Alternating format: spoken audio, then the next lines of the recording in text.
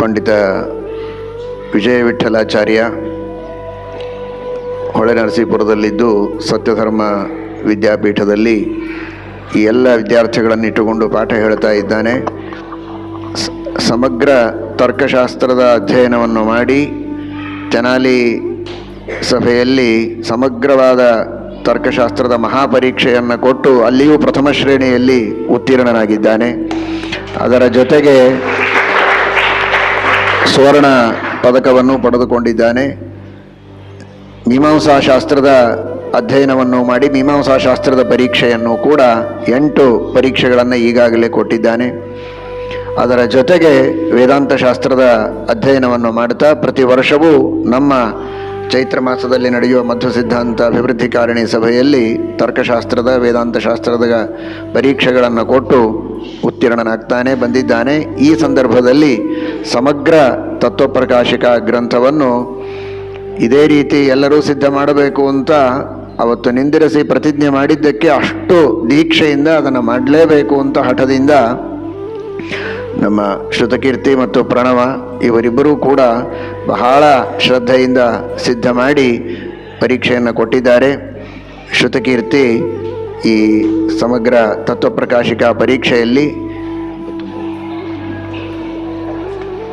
83 ಅಂಕಗಳನ್ನು ಪಡೆದು ಉತ್ತಮ ಶ್ರೇಣಿಯಲ್ಲಿ ಉತ್ತೀರ್ಣನಾಗಿದ್ದಾನೆ.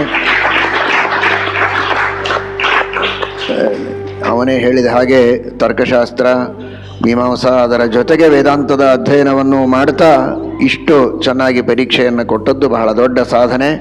ಅವನದು ಸಾಧನೆ. ವಿಜಯ ವಿಠಲಾಚಾರ್ಯ ಇಷ್ಟು ಪರಿಶ್ರಮದಿಂದ ಅವರು ಹೇಳೋ ಹಾಗೆ ನಿಜವಾಗಿ ಬೇಕಾದಷ್ಟು ಸಮಸ್ಯೆಗಳು ಎಲ್ಲ ಇದ್ದರೂ ಆರೋಗ್ಯಾದಿಗಳ ಸಮಸ್ಯೆಗಳು ವಿದ್ಯಾರ್ಥಿಗಳಿಗೆ ಪಾಠ ಪ್ರವಚನ ಮಾಡಬೇಕು ಅನ್ನುವ ಒಂದು ದೀಕ್ಷೆಯಿಂದ ಪಾಠ ಪ್ರವಚನವನ್ನು ಮಾಡಿ ಚಿಂತನೆ ಮಾಡಿಸಿ ಇಷ್ಟು ಚೆನ್ನಾಗಿ ಸಿದ್ಧಪಡಿಸಿ ಪರೀಕ್ಷೆ ಕೊಡಿಸೋವರೆಗೂ ಅಷ್ಟು ವಿಶೇಷ ಪರಿಶ್ರಮ ಪಟ್ಟದ್ದು ವಿಜಯ ವಿಠಲಾಚಾರ್ಯನ ಒಂದು ಉತ್ತಮವಾದಂತಹ ಸಾಧನೆ ಇದು. ಹರಿವಾಯು ಗುರುಗಳ ವಿಶೇಷ ಅನುಗ್ರಹದಿಂದ ಇನ್ನೂ ದೃಢವಾದ ಆರೋಗ್ಯ ಶಕ್ತಿಯನ್ನು ದೇವರು ಕೊಟ್ಟು ಇನ್ನು ಹೆಚ್ಚಿನ ಪಾಠ ಪ್ರವಚನಗಳನ್ನು ಅವನಿಂದ ಮಾಡಿಸಲಿ. ಇವರು ಕೂಡ ಇದೇ ರೀತಿ ಸುಧಾದಿ ಗ್ರಂಥಗಳನ್ನು ಚೆನ್ನಾಗಿ ಅಧ್ಯಯನ ಮಾಡಿ ಪರೀಕ್ಷೆಯನ್ನು ಅತ್ಯುತ್ತಮ ರೀತಿಯಲ್ಲಿ ಕೊಡುವಂತೆ ದೇವರು ಅನುಗ್ರಹ ಮಾಡಲಿ ಅಂತ ಪ್ರಾರ್ಥನೆ ಮಾಡ್ತೇವೆ. ಅವರ ತಂದೆ ತಾಯಿಗಳು ಬಹಳ ವಿಶೇಷವಾಗಿ ಅವನಿಗೆ ಪ್ರೋತ್ಸಾಹನೆಯನ್ನು ನೀಡಿದ್ದಾರೆ. ಅವರಿಗೂ ದೇವರ ವಿಶೇಷ ಅನುಗ್ರಹವಾಗಲಿ ಅಂತ ಪ್ರಾರ್ಥನೆಯನ್ನು ಮಾಡ್ತೇವೆ. ಪ್ರಣವ ಕಲ್ಲಾಪುರ ಬಹಳ ಉತ್ತಮವಾದ ರೀತಿಯಲ್ಲಿ ಈ ಪರೀಕ್ಷೆಯನ್ನು ನೀಡಿದ್ದಾನೆ. ವಿದ್ವಾಂಸರು ನಿನ್ನೆ ಪರೀಕ್ಷೆ ಮಾಡಿದಾಗ ಅವನಿಗೆ 77 ಅಂಕಗಳನ್ನು ನೀಡಿ ವಿಶೇಷವಾಗಿ ಉತ್ತೀರ್ಣನನ್ನಾಗಿ ಮಾಡಿದ್ದಾರೆ. ಶ್ರೇಷ್ಠ ಶ್ರೇಣಿಯಲ್ಲಿ ಉತ್ತೀರ್ಣನಾಗಿದ್ದಾನೆ. ಉತ್ತಮ ಸಾಧನೆಯನ್ನು ಮಾಡಿದ್ದಾನೆ ಅಂತ ನೀವೆಲ್ಲ ಇವಾಗ ಪ್ರತ್ಯಕ್ಷವಾಗಿ ಅನುಭವಿಸಿದ್ದೀರಿ. ಎಲ್ಲರ ಸಮಕ್ಷಮದಲ್ಲಿ ಅಷ್ಟು ಚೆನ್ನಾಗಿ ಪರೀಕ್ಷೆಯನ್ನು ನೀಡಿ ಉತ್ತೀರ್ಣನಾಗಿದ್ದಕ್ಕೆ ದೇವರು ವಿಶೇಷ ಅನುಗ್ರಹವನ್ನು ಮಾಡಲಿ. ಇದೇ ರೀತಿ ಮುಂದಿನ ಎಲ್ಲ ಗ್ರಂಥಗಳನ್ನು ಚೆನ್ನಾಗಿ ಅಧ್ಯಯನ ಮಾಡಿ ಅತ್ಯುತ್ತಮ ಶ್ರೇಣಿಯಲ್ಲಿ ಉತ್ತೀರ್ಣನಾಗುವಂತೆ ವಿಶೇಷವಾಗಿ ಪ್ರಯತ್ನವನ್ನು ಮಾಡಿ ದೇವರು ಅನುಗ್ರಹ ಮಾಡಲಿ ಅಂತ ಪ್ರಾರ್ಥನೆಯನ್ನು ಮಾಡ್ತೇವೆ. ಈ ಎಲ್ಲ ವಿದ್ಯಾರ್ಥಿಗಳು ಪ್ರಣವ ಹಾಗೂ ಶ್ರುತಕೀರ್ತಿ ಸತ್ಯಧರ್ಮ ವಿದ್ಯಾಪೀಠದ ವಿದ್ಯಾರ್ಥಿಗಳು ಈ ಸಮಗ್ರ ತತ್ವಪ್ರಕಾಶಿಕ ಗ್ರಂಥದ ಪರೀಕ್ಷೆಯನ್ನು ನೀಡಿ ಉತ್ತೀರ್ಣರಾಗಿದ್ದಾರೆ. ನಿಜವಾಗಿಯೂ ಪ್ರತಿ ವರ್ಷವೂ ಈ ರೀತಿ ತತ್ವಪ್ರಕಾಶಿಕ, ಸುಧಾ, ನ್ಯಾಯಾಮೃತ, ತರ್ಕತಾಂಡವಾದಿ ಗ್ರಂಥಗಳಲ್ಲಿ ಪರೀಕ್ಷೆಯನ್ನು ಕೊಟ್ಟು ಉತ್ತೀರ್ಣರಾಗಿ ಉತ್ತಮ ವಿದ್ವಾಂಸರು ಹೊರಗೆ ಬರ್ತಾ ಇರೋದು ಇದು ಕೇವಲ ನಮ್ಮ ಗುರುಗಳ ಒಂದು ಅನುಗ್ರಹ, ಅವರ ತಪಶಕ್ತಿ, ಅವರ ಸಂಕಲ್ಪದ ಬಲ.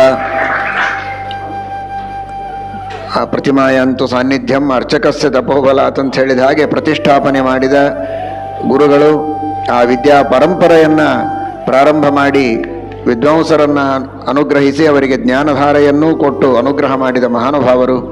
ಅವರ ಒಂದು ತಪೋಬಲ, ಅವರ ಅನುಗ್ರಹದ ಬಲದಿಂದ ಈ ಕಾರ್ಯ ನಡೀತಾ ಇದೆ. ನಮ್ಮ ವಿಜಯ ವಿಠಲಾಚಾರ್ಯ ಇಲ್ಲಿಯೇ ಅಧ್ಯಯನವನ್ನು ಮಾಡಿ ನಮ್ಮಲ್ಲಿಯೇ ಶ್ರೀಮನ್ಯಾಯಸುಧಾ ಗ್ರಂಥದ ಅಧ್ಯಯನವನ್ನು ಮಾಡಿ ವಿಶೇಷವಾಗಿ ಪಾಠ ಪ್ರವಚನಗಳನ್ನು ಮಾಡ್ತಾ ಇದ್ದಾನೆ. ತರ್ಕಶಾಸ್ತ್ರವನ್ನು ದೇವದತ್ತ ಪಾಟೀಲರಲ್ಲಿ ಅಧ್ಯಯನವನ್ನು ಮಾಡಿದ್ದಾನೆ.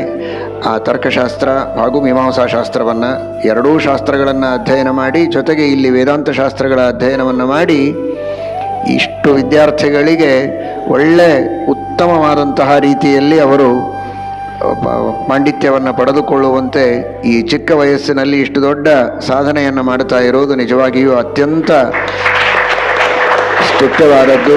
ಹರಿವಾಯು ಗುರುಗಳ ಅನುಗ್ರಹದಿಂದ ಈ ಕಾರ್ಯ ನಡೀತಾ ಇದೆ. ಇದೇ ರೀತಿ ಇನ್ನೂ ವಿಶೇಷವಾಗಿ ನಡೆಯಲಿ. ಇವರೆಲ್ಲರಿಗೂ ವಿಶೇಷವಾಗಿ ದೇವರ ಅನುಗ್ರಹವಾಗಲಿ. ಇನ್ನೂ ಹೆಚ್ಚು ಸಾಧನೆಯನ್ನು ದೇವರು ಮಾಡಿಸಲಿ. ಉತ್ತರೋತ್ತರ ವಿದ್ಯಾರ್ಥಿಗಳ ವಿದ್ವಾಂಸರ ಸಂಖ್ಯೆ ಹೆಚ್ಚಾಗಬೇಕು. ಹೆಚ್ಚಿನ ಶಾಸ್ತ್ರಗಳ ಅಧ್ಯಯನ ಆಗಬೇಕು. ಆ ಎಲ್ಲ ಶಾಸ್ತ್ರಗಳನ್ನು ವಿಷ್ಣು ಸರ್ವೋತ್ತಮತ್ವದ ಸ್ಥಾಪನೆಗಾಗಿ, ವಿಷ್ಣು ಭಕ್ತಿಯ ಪ್ರಸಾರಕ್ಕಾಗಿ ತಮ್ಮ ಜೀವನದಲ್ಲಿ ತಾವು ಅತ್ಯಂತ ಭಕ್ತಿ ಶ್ರದ್ಧೆಗಳಿಂದ ತತ್ವಗಳನ್ನು ಕೇವಲ ತಿಳಿದು ಪರೀಕ್ಷೆ ಕೊಟ್ಟು ಮುಗಿಸದೆ ತಾವು ಜೀವನದಲ್ಲಿ ನಿತ್ಯದಲ್ಲಿ ಅನುಸಂಧಾನಕ್ಕೆ ತಂದುಕೊಂಡು ಸಾಧನೆಯನ್ನು ಮಾಡುವಂತೆ ಆ ಎಲ್ಲ ವಿದ್ಯಾರ್ಥಿಗಳಿಗೂ ವಿದ್ವಾಂಸರಿಗೂ ದೇವರು ವಿಶೇಷವಾಗಿ ನಮ್ಮ ಗುರುಗಳಲ್ಲಿ ಅಂತರ್ಯಾಮಿಯಾದ ಭಾರತೀಯ ರಮಣ ಮುಖ್ಯಪ್ರಾಣ ಅಂತರ್ಗತ ಮೂಲರಾಮ ದಿಗ್ವಿಜಯರಾಮ ವೇದವ್ಯಾಸ ದೇವರು ಅನುಗ್ರಹವನ್ನು ಮಾಡಲಿ ಎಂಬುದಾಗಿ ಪ್ರಾರ್ಥನೆಯನ್ನು ಮಾಡುತ್ತೇವೆ. ಎಲ್ಲ ವಿದ್ವಾಂಸರು ಬಹಳ ಪರಿಶ್ರಮದಿಂದ 8 10 ಗಂಟೆಗಳವರೆಗೆ ಕುಳಿತು ನಿನ್ನೆ ದಿವಸ ಎಲ್ಲ ವಿದ್ಯಾರ್ಥಿಗಳ ಪರೀಕ್ಷೆಯನ್ನು ಅತ್ಯಂತ ತಾಳ್ಮೆಯಿಂದ ಪ್ರೋತ್ಸಾಹನೆಯನ್ನು ನೀಡುತ್ತಾ ಮಾಡಿದ್ದಾರೆ. ಆ ಎಲ್ಲ ವಿದ್ವಾಂಸರಿಗೂ ದೇವರು ವಿಶೇಷ ಅನುಗ್ರಹವನ್ನು ಮಾಡಲಿ. ಇನ್ನೂ ಹೆಚ್ಚಿನ ಆರೋಗ್ಯ ಆಯುಷ್ಯವನ್ನು ಕೊಟ್ಟು ಪಾಠಪ್ರವಚನಗಳನ್ನು ವಿಶೇಷವಾಗಿ ಅವರಿಂದ ಮಾಡಿಸಲಿ ಅಂತ ಪ್ರಾರ್ಥನೆ ಮಾಡ್ತೀನಿ. ನನಗೆ ಈ ಒಂದು ವಿಶೇಷವಾದಂಥ ಸಭೆಯಲ್ಲಿ ಮಾತಾಡೋದಕ್ಕೆ ಅವಕಾಶವನ್ನು ಒದಗಿಸಿಕೊಟ್ಟಂತಹ ಪಂಡಿತವರೇಣ್ಯರಾದ ಶ್ರೀ ಸತ್ಯಜ್ಞಾನಾಚಾರ್ಯರಿಗೆ ಧನ್ಯವಾದವನ್ನು ಸಮರ್ಪಣೆ ಮಾಡಿ, ಅವರ ಅಭಿಪ್ರಾಯ ಪ್ರಕಾರವಾಗಿ ಬಹಳ ಸಂಕ್ಷೇಪವಾಗಿ ಅರ್ಧ ಗಂಟೆ ಒಳಗಾಗಿ ಇಲ್ಲ ಹೆದರ್ಕೋಬೇಡ, ಹಾಗೇನು ಮಾತಾಡೋದಿಲ್ಲ ಸುಮ್ಮನೆ. ಆದರೆ ವಿಷಯ ಹೇಗಿದೆ ಅಂತ ಇದು ಬಹಳ ಆನಂದಕಾರಕವಾದಂಥ ಸಂತೋಷಕಾರಕವಾದಂತಹ ಸನ್ನಿವೇಶ ಇದೆ. ಇಂತಹ ಸನ್ನಿವೇಶ ಈ ಸನ್ನಿವೇಶ ಮತ್ತೆ ಮತ್ತೆ ಒದಗಿ ಬರೋದಲ್ಲ. ಈ ಸನ್ನಿವೇಶವನ್ನು, ಈ ಘಟನೆಯನ್ನು ಕಣ್ಣಿಂದ ನೋಡಿದಂಥವರೇ ಧನ್ಯರು, ಪುಣ್ಯವಂತರು. ಮಹಾಸ್ವಾಮಿಗಳ ಅವರ ಪರಮ ಪುಣ್ಯ ಸನ್ನಿಧಾನದಲ್ಲಿ, ಇಷ್ಟು ಜನ ವಿದ್ವಾಂಸರ ಸನ್ನಿಧಾನದಲ್ಲಿ ಈ ಪರೀಕ್ಷೆ, ಅದು ವೇದಾಂತ ಶಾಸ್ತ್ರದ ಪರೀಕ್ಷೆಯನ್ನು ಕಣ್ಣಿಂದ ನೋಡಿದಂಥವರು ನಿಜವಾಗಿಯೂ ಇದೇನು ಕಲಿಯುಗನೋ ಅಥವಾ ಕೃತಯುಗನೋ ಅಂತನ್ನೋ ಅಷ್ಟು ವಿಚಾರ ಮನಸ್ಸಲ್ಲಿ ಮಾಡೋ ಥರ ಆಗಿದೆ. ನೋಡ್ರಿ, ವೇದಾಂತ ಶಾಸ್ತ್ರ ಬಹಳ ಕಠಿಣವಾದದ್ದು. ಎಲ್ಲ ಶಾಸ್ತ್ರಗಳಕ್ಕಿಂತಲೂ ಕಠಿಣವಾದದ್ದು ವೇದಾಂತ ಶಾಸ್ತ್ರ. ನ್ಯಾಯಶಾಸ್ತ್ರದ ಪರೀಕ್ಷೆಯನ್ನು ಕೊಟ್ಬಿಡಬಹುದು, ಆದರೆ ವೇದಾಂತ ಶಾಸ್ತ್ರದ ಗ್ರಂಥಗಳನ್ನು ಪರೀಕ್ಷೆ ಕೊಡೋದು ಅಂತಂಬೋದು ಅತ್ಯಂತ ಕಠಿಣ ಸಾಧ್ಯವಾದದ್ದು. ಯಾಕಂದರೆ ಇದರಲ್ಲಿ ತತ್ರಾಪಿ ನ್ಯಾಯಾಮೃತ, ತತ್ವಪ್ರಕಾಶಕ ಮೊದಲಾದ ಗ್ರಂಥಗಳನ್ನು ನೋಡಿದರೆ ಇವುಗಳಲ್ಲಿ ಎಲ್ಲ ದರ್ಶನಗಳ ವಿಚಾರ ಬರ್ತದೆ. ನಿಮಗೆ ನ್ಯಾಯಶಾಸ್ತ್ರದ ಜ್ಞಾನವೂ ಬೇಕು, ವ್ಯಾಕರಣ ಶಾಸ್ತ್ರದ ಒಳ್ಳೆಯ ಜ್ಞಾನ ಬೇಕು, ಪೂರ್ವಮೀಮಾಂಸಾ ದರ್ಶನ ಜ್ಞಾನ ಬೇಕು. ಎಲ್ಲ ವಿಷಯಗಳನ್ನು ಒಳಗೊಂಡಂತಹ ಈ ಪರಮಾದ್ಭುತವಾದಂತಹ ಗ್ರಂಥಗಳನ್ನು ಆಮೂಲಾಗ್ರವಾಗಿ ಅಧ್ಯಯನ ಮಾಡಿ, ಆಮೂಲಾಗ್ರ ಉಪಸ್ಥಿತಿ ಇಟ್ಟುಕೊಂಡು ಇಷ್ಟೊಂದು ಸುದೀರ್ಘ ಕಾಲ ಪರ್ಯಂತ ಪರೀಕ್ಷೆ ಮತ್ತು ಅನುವಾದಗಳನ್ನು ಮಾಡೋದು ಎಂಬುದು ಬಹಳ ಅಪರೂಪದ ವಿಚಾರ. ಇದು ಕೇವಲ ಪ್ರಥಮ ಸ್ಥಾನದಲ್ಲಿ ನಮ್ಮ ಪರಮ ಪೂಜ್ಯರಾದಂತಹ ಗುರುಗಳು ಶ್ರೀಮತ್ ಸತ್ಯಾತ್ಮ ತೀರ್ಥರ ಪರಮಾನುಗ್ರಹದಿಂದಲೇ ಇದು ಸಾಧ್ಯವಾಗಿದೆ ಅಂತಂಬುದರಲ್ಲಿ ಯಾವ ಸಂದೇಹವೂ ಕೂಡ ಇಲ್ಲ. ನಮ್ಮ ಸಂದಲ ವಿಜಯ ವಿಠಲಾಚಾರ್ಯ ವಿಷಯದಲ್ಲಿ ಅಂತೂ ನಮಗೇನು ಹೇಳಬೇಕು ಅಂತ ಅರ್ಥವಾಗ್ತಾ ಇಲ್ಲ. ನಾನು ಒಂದು ಮಾತು ಅಂದ್ಕೊಂಡಿದ್ದೆ, ಏನೋ ನ್ಯಾಯಶಾಸ್ತ್ರ ಓದಿರ್ತ ಉದ್ದಕ್ಕೂ ಒಂಥರ ಇರ್ತದೆ ಹೇಳ್ಕೊಂಡು ಪರೀಕ್ಷೆ ಮಾಡಿಸಿದ್ರೆ ಬಿಡಿ, ಬರಲಿ ವೇದಾಂತ ಬರಲಿ ನೋಡೋಣ, ಗೊತ್ತಾಗತ್ತೆ ಅವ್ರ ಬಣ್ಣ ಅಂತ ಅಂದ್ಕೊಂಡು. ಏನು ಬಣ್ಣ? ಭಾರಿ ಬಣ್ಣ. ಇದಕ್ಕಿಂತ ಇನ್ನೇನು ಇಂಥ ತತ್ವಪ್ರಕಾಶಕ ಪರೀಕ್ಷೆಯನ್ನ ಯಾರು ಕೊಡಿಸಿದ್ ನಾವು ನೋಡೇ ಇಲ್ಲ. ಅಂಥ ಅದ್ಭುತವಾದಂಥ ಪರೀಕ್ಷೆಯನ್ನ ಅವರು ಕೊಡಿಸಿದ್ದಾರೆ ತಮ್ಮ ವಿದ್ಯಾರ್ಥಿಗಳಿಂದ. ಅದರಲ್ಲಿ ಗೊತ್ತೋತರ ಆ ಪ್ರಣವ ಶ್ರುತಕೀರ್ತಿ ಅಂತಂಬೋದಂತೂ ಅವನ ಕೀರ್ತಿ 10 ದಿಕ್ಕುಗಳಲ್ಲಿ ಶ್ರುತವಾಗಿಬಿಟ್ಟಿದೆ ಈಗಾಗಲೇ. ಶ್ರುತಿಗೆ ಅನ್ವರ್ಥಕ ನಾಮಧೇಯ ಅವನು. ನ್ಯಾಯಶಾಸ್ತ್ರದಲ್ಲೂ ಏಕಪ್ರಕಾರ, ಈ ಕಡೆಗೆ ಮತ್ತು ವೇದಾಂತದಲ್ಲಿಯೂ ಕೂಡ ಅದೇ ತತ್ವಪ್ರಕಾಶಕ ಪರೀಕ್ಷೆಯನ್ನು ಬಹಳ ಅದ್ಭುತವಾಗಿ ಕೊಟ್ಟಿದ್ದಾನೆ.